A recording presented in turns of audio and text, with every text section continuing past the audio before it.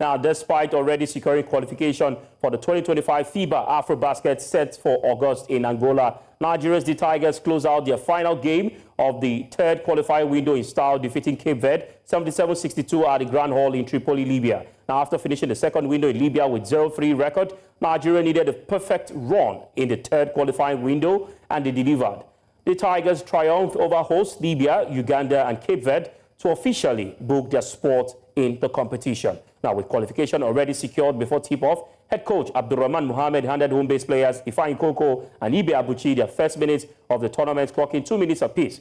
Caleb Agada once again shone as Nigeria's standout performer at the 2020 Tokyo Olympian, dominated the stat sheet, leading all players in multiple categories. He posted a game-high of 23 points, a joint game-high 8 rebounds, a game-high 6 assists, and, of course, a game-high 5 steals, that's spearheading Nigeria's third consecutive win in the window. Talib Zanna was also not left out. He contributed 13 points with Nwamu adding 11.5 rebounds and 4 assists. Now, joining us this afternoon to review the performance of the Tigers and also qualifying to the Afrobasket is the media manager of Rivers Hoopers Basketball Club. Queen Moseph joins us this afternoon. Good afternoon to you and welcome to In the Game. Good afternoon, Favor. Thank you for having me. All right, Nigeria, before this qualifying series, I took, a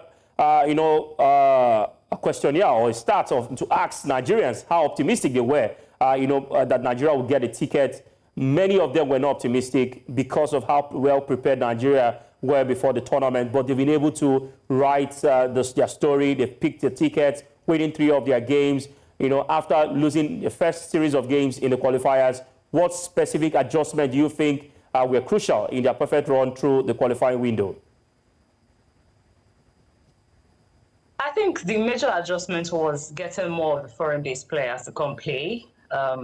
If we remember, in the first window last year, February, we're almost not playing that particular window. It took the minister to intervene for the NBBF for us to actually honor that particular qualifiers. And it was like on the very day they had to call players around Nigeria, the home-based players. So it was like 80% to 90% home-based players that made up the team. Home-based players who are not active, who have not been playing because the league was not on at that time. And coupled with the fact that they added Mike Nuga and Divine. Both of them did what they could do, but a tree cannot make a forest. It wasn't just enough.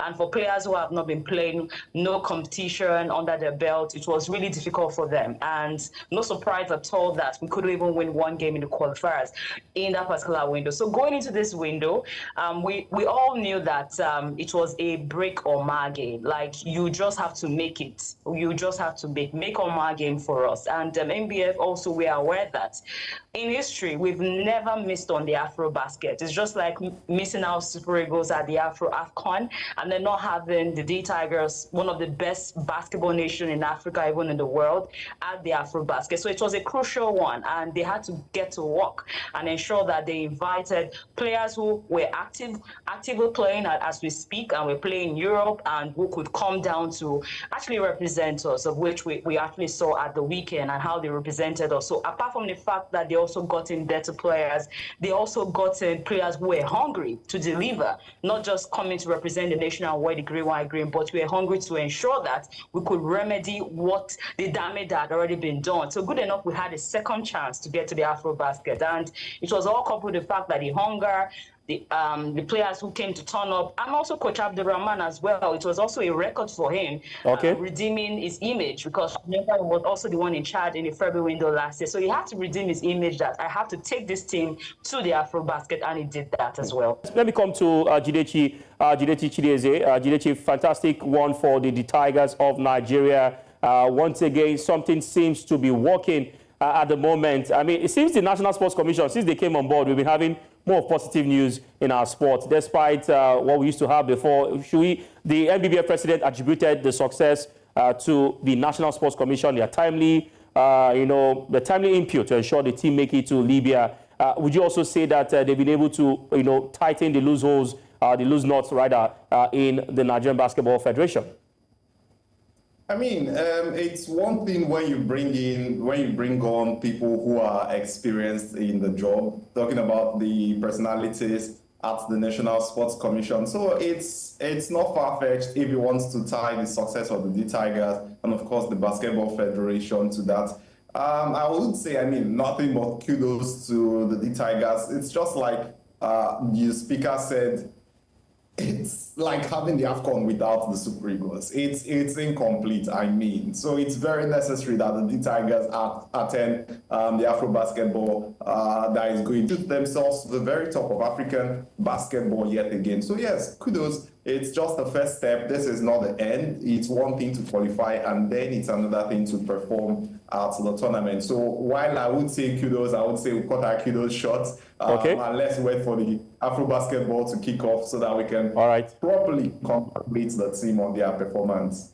All right, wait to say. But let me come to you, Queen, now. I mean, the D Tigress, when you look at the D Tigress, it's a bit different from what we have with the D Tigers, and there seems to be this chemistry, cohesion. Now we're having a new set of, not entirely new though, but we have a squad at the moment. They've been able to get the tickets. What's your advice to the NBBF looking at this crop of team? Do you think we should open the door for more players to come in, or we should just maintain this particular squad that have gotten us a ticket to the 2025 Afrobasket in Angola?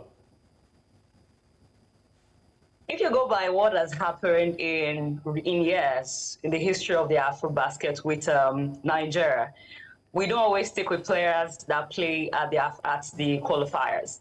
And I support that because at the end of the day, you want better quality heading us to the Afrobasket, because Afrobasket is like tough, just like we've always made that comparison with the AFCON. It's very, very tough because everybody comes with their A game. It's like it happens in the summer.